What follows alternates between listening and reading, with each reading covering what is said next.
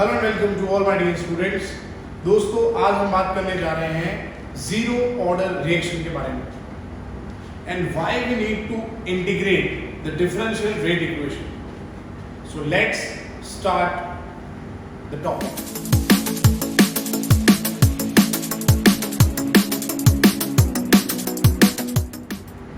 दोस्तों, यहाँ पे हम पढ़ रहे हैं इंटीग्रेटेड रेट इक्वेशन। तो अभी तक जो भी हमने पढ़ा, सबसे पहले इंट्रोडक्शन पढ़ा हमने, देन रेट ऑफ रिएक्शन हमने डिफाइन किया था। एक तो इंस्टेंटेनियस रेट एंड दूसरा एवरेज रेट हमने डिफाइन किया।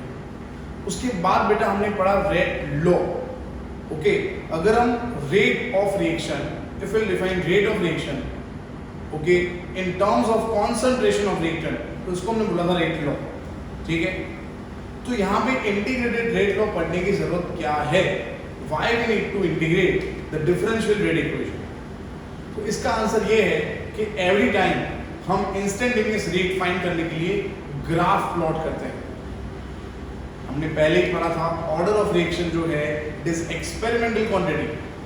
तो यहाँ पे एक्सपेरिमेंट करने के बाद डिफरेंट कॉन्सेंट्रेशन जो हैं, ठीक है, मुझे डिफरेंट कॉन्सेंट्रेशन को डिफरेंट टाइम के साथ प्लॉट करना पड़ेगा और वो प्लॉट करने के बाद फाइन जो ग्राफ होगा उसमें से हमने आगे पढ़ा था, ग्राफ से हम फाइंड करेंगे instantaneous rate.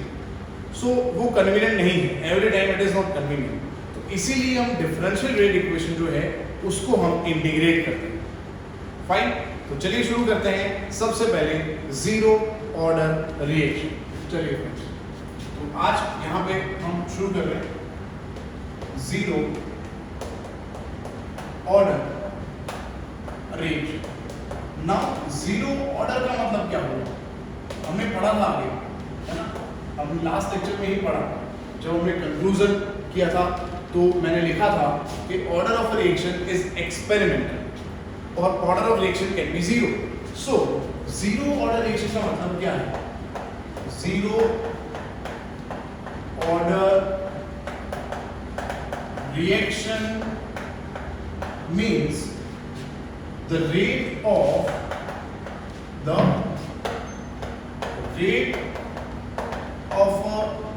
reaction is proportional to the zero power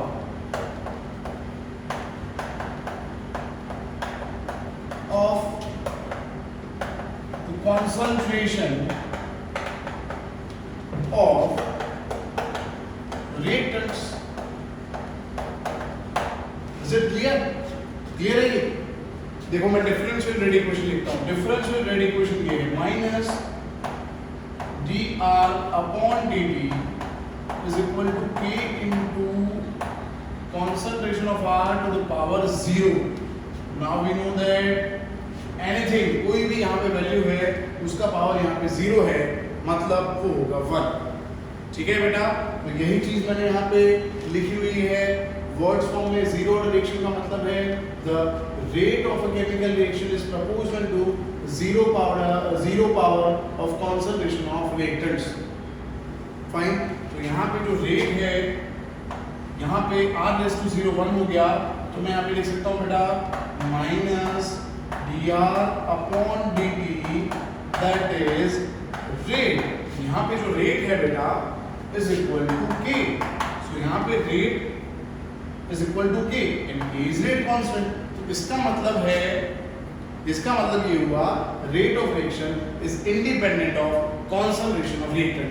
तो यहाँ पे एक सिंपल ग्राफ की प्लॉट कर सकते हैं। तो यहाँ पे मुझे लिखना है, कम ऑन, यहाँ पे मैं लिखूंगा rate of reaction. Come on, क्या लिखेंगे यहाँ पे? Rate of reaction. ठीक है, और यहाँ पर मैं लिख दूं कॉन्सेंट्रेशन ऑफ रिएक्टेंट। ये मैंने यहाँ पे प्लॉट कर दिया।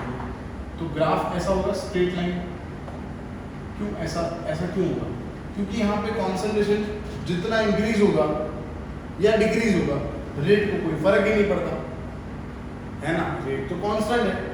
फाइन, इजी, बड़ा ही सिंपल ग्राफ है ये, इसको समझने में कोई दिक्कत आपको नहीं होनी चाहिए। तो ये बात होगी बेटा, ये डिफरेंशियल रेट इक्वेशन मैंने लिख दिया जीरो ऑर्डर रिएक्शन के लिए। चलिए अब यहाँ पे जो भी टर्म्स हैं इसको हमें इंटीग्रेट करना है। इंटीग्रेटेड रेट लॉ पढ़ रहे हैं हम, तो यहाँ पे मैं लिख रहा हूँ minus d r is equal to k into d. ठीक है, ये इक्वेशन में मैंने माइनस डी आर को सब्जेक्ट बना दिया, तो ये हो गया के इंटू डी। फाइन, ये माइनस में यहाँ पे लिख सकता हूँ, तो ये टर्म प्लस हो गया, ये टर्म माइनस हो गया। नाउ इंटीग्रेटिंग बोथ साइड्स, दोनों साइड्स में इंटीग्रेशन करेंगे। So will write integration of D concentration of r is equal to minus k integration of d. So simple. Now friends, we know that integration of dx is x, so integration of dr is r.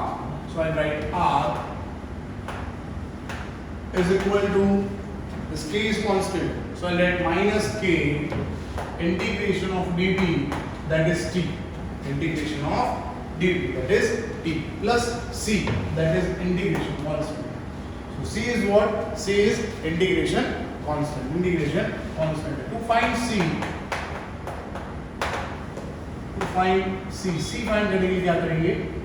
We'll write r as initial constant, r naught. ठीक है? And time है initially time, यहाँ पे reaction start नहीं हुआ तो 0. So ये जो फर्स्ट इक्वेशन है, से फॉर एग्जांपल ये इक्वेशन हमारा है 4.1 इक्वेशन।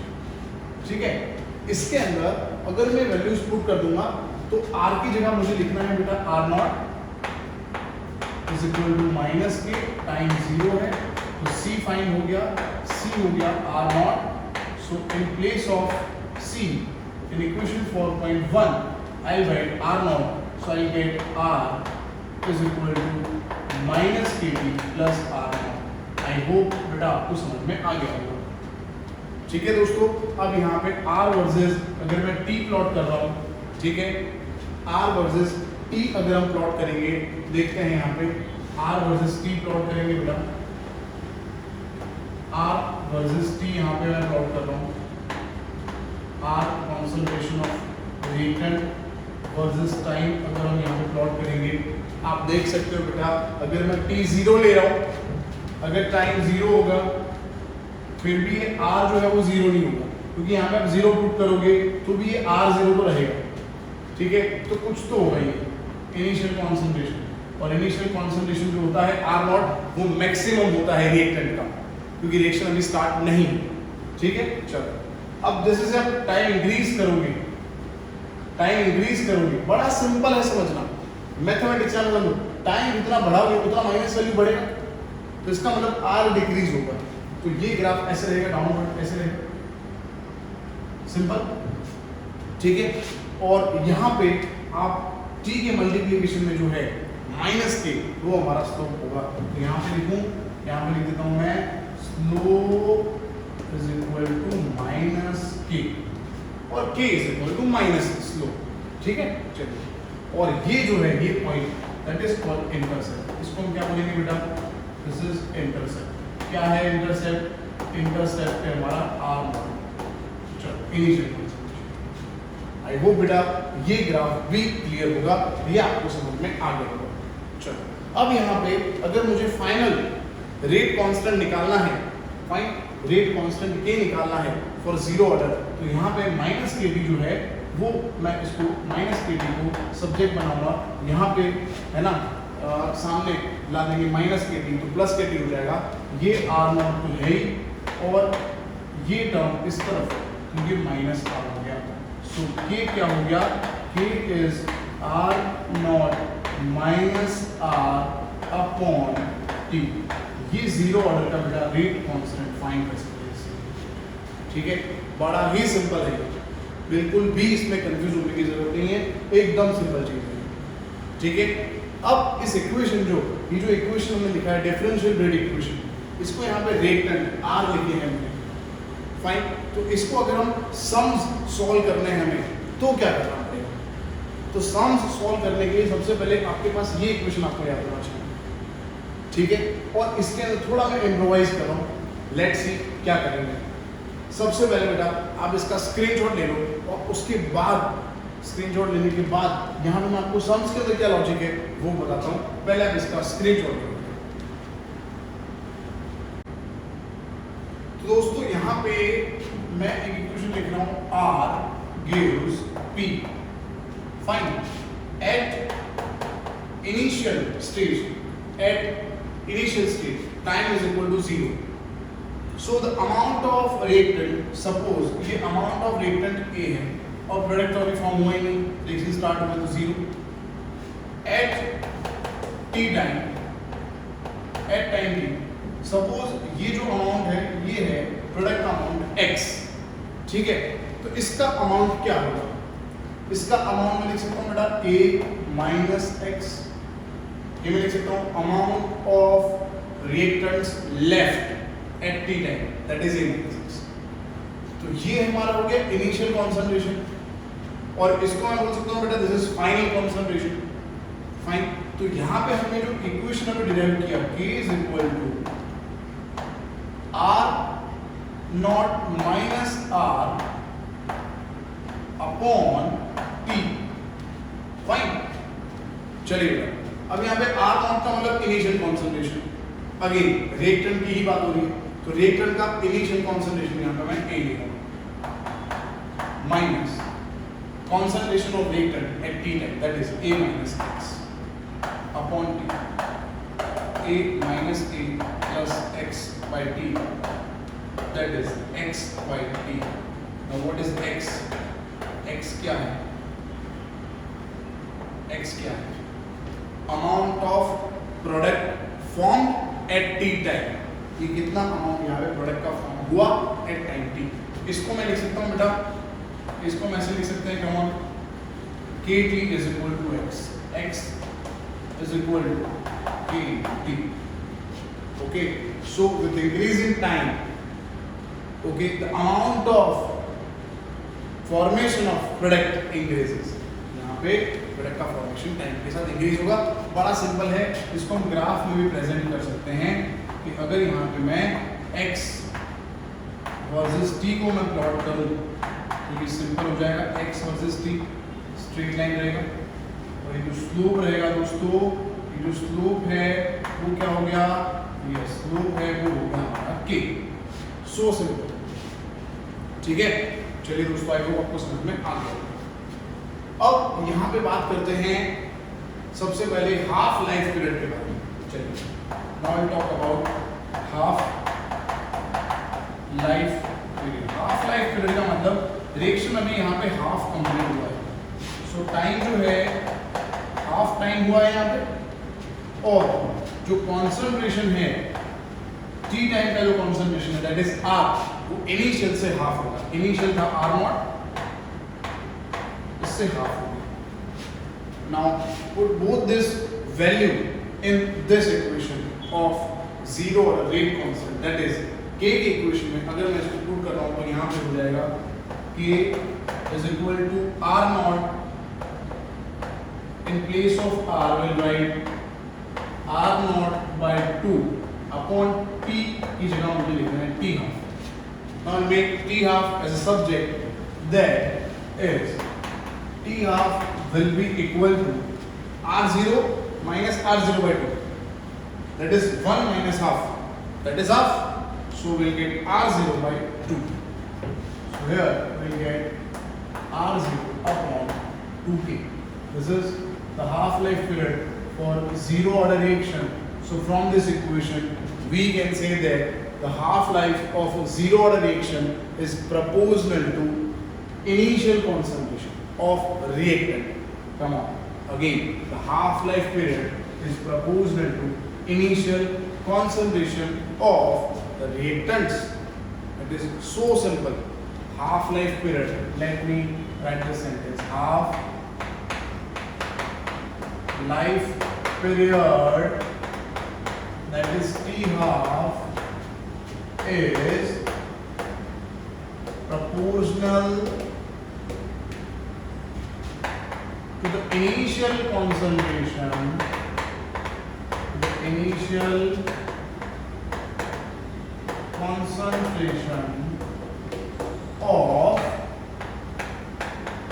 रिएक्टेंट्स, इसको भी हम प्लॉट कर सकते हैं। हर एक मैथमेटिकल एक्सप्रेशन का रिलेशन हम यहाँ पे ग्राफ में प्लॉट कर सकते हैं। सिंपल स्ट्रेट है, ये भी सिंपल है ना। जितना r0 ज्यादा होगा उतना df ज्यादा होगा, और जो स्लोप होगा इट विल बी व्हाटएवर, जो भी बाकी रहा यहाँ पे 1/2 के। फाइन, तो df वर्सेस r0 मैंने प्लॉट कर दिया। चलिए, तो ये बात होगी पूरी जीरो ऑर्डर के बारे में। अब हमें यहाँ पे पता होना चाहिए दोस्तों, यहाँ पे एक बहुत ही इंपॉर्टेंट चीज मैं लिख रहा हूँ कि generally, in general, relatively zero order reaction is uncommon. Okay, this zero order reactions they are relatively uncommon. ये बेटा relatively uncommon ये कब होते हैं? स्पेशल कंडीशंस में। याद रखिए बेटा, जीरो ऑर्डर रिएक्शन जो है वो स्पेशल कंडीशंस में ही zero order reaction are relatively uncommon, they are current special conditions. ये दो पॉइंट मोस्ट इंपॉर्टेंट याद रखना। और अगर यहाँ पे मैं एग्जांपल की बात करूं, एग्जांपल्स की अगर हम बात करें, बहुत सारे एग्जांपल हैं। सबसे पहला इंपॉर्टेंट एग्जांपल जो है ना, यहाँ पे डिसोसिएशन ऑफ अमोनिया का इन प्रेजेंस ऑफ प्लेटिनम। यहाँ पे 2 mole of NH3 on the surface of platinum they are dissociated into N2 plus 3H2। दूसरा रिएक्शन है यहाँ पे, okay, come on, dissociation of HI again, dissociation of HI, dissociation of HI to give H2Ni। ये दूसरा example है। Reaction between acetone and bromine, reaction between acetone and bromine। और भी बहुत सारे रिएक्शन हैं। Reaction between hydrogen and chlorine to form hydrochloric acid. ये भी बेटा जीरो ऑर्डर रिएक्शन है, याद रखिए आपने। फिर और भी बहुत सारे, जैसे मेटल सरफेस पे जब गैस एब्सॉर्ब होता है, absorption of gas on a metal surface, ठीक है, reaction occur on metal surface, reaction occur on metal surface, या फिर एब्सॉर्प्शन भी लिख सकते हो ऑन अ मेटल सरफेस। क्योंकि आप सोचो, एक सरफेस पे, सॉलिड पे गैस एक बार एब्सॉर्ब हो गया, फिर यहाँ पे कहीं पे खाली जगह है ही नहीं, पूरा जो सरफेस है सॉलिड का ऑक्यूपाई हो गया, ठीक है। तो फिर कितना भी गैस डालोगे तो गैस का कॉन्सेंट्रेशन अब यहाँ पे मैटर नहीं करता। आ रहा है समझ में आपको? पूरा बोर्ड है, समझ लो पूरे बोर्ड में मैंने लिख दिया है, कहीं जगह छोड़ी ही नहीं, बिल्कुल भी जगह नहीं, ये जगह दिख रही वो भी नहीं, ठीक है। और फिर मैं लिख सकता हूँ क्या?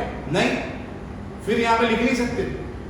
इसका मतलब मेरे पास चौक कितना भी है, चौक का कॉन्सेंट्रेशन जो है अब मैटर ही नहीं करता, 5, 10, 15, 20, एक है ही नहीं, कोई फर्क नहीं पड़ता। क्यों? क्योंकि बोर्ड मैंने भर दिया, अब खाली जगह है ही नहीं इधर। तो अगर खाली जगह है ही नहीं अभी, तो अब मैं यहाँ पे लिख ही नहीं सकता। तो चौक जो है मेरे पास, नंबर ऑफ चौक्स, ये मैटर नहीं करते। तो एक बार मेटल का सॉलिड सरफेस है, इस पे गैस एब्सॉर्ब हो गया, आप समझो, है ना, पूरा सरफेस ऑक्यूपाई हो गया, फिर आप कितना भी गैस डालोगे फर्क पड़ेगा? फर्क ही नहीं पड़ेगा। So absorption of gas on solid surface जो है, reaction on metal surface, they are also zero order reaction. ये भी जीरो ऑर्डर रिएक्शन, ठीक है बेटा। तो ये पूरी बात हो गई जीरो ऑर्डर रिएक्शन के बारे में। यहाँ पे कुछ भी बाकी नहीं जीरो ऑर्डर के बारे में। 4 ग्राफ जो थे वो मैंने आपको यहाँ पे बता दिए हैं, एग्जांपल्स हो गए हैं, ये बात हो गई। अगर हम कॉम्पिटिटिव लेवल की बात करें, और इसके पहले जो हमने बोर्ड पे लिखा था वो पूरा गुजरात बोर्ड, यहाँ पे आप जब भी आपको पूछे बोर्ड में थ्योरी पॉइंट ऑफ व्यू तो आप लिख सकते हो। ठीक है दोस्तों, thank you for watching this lecture.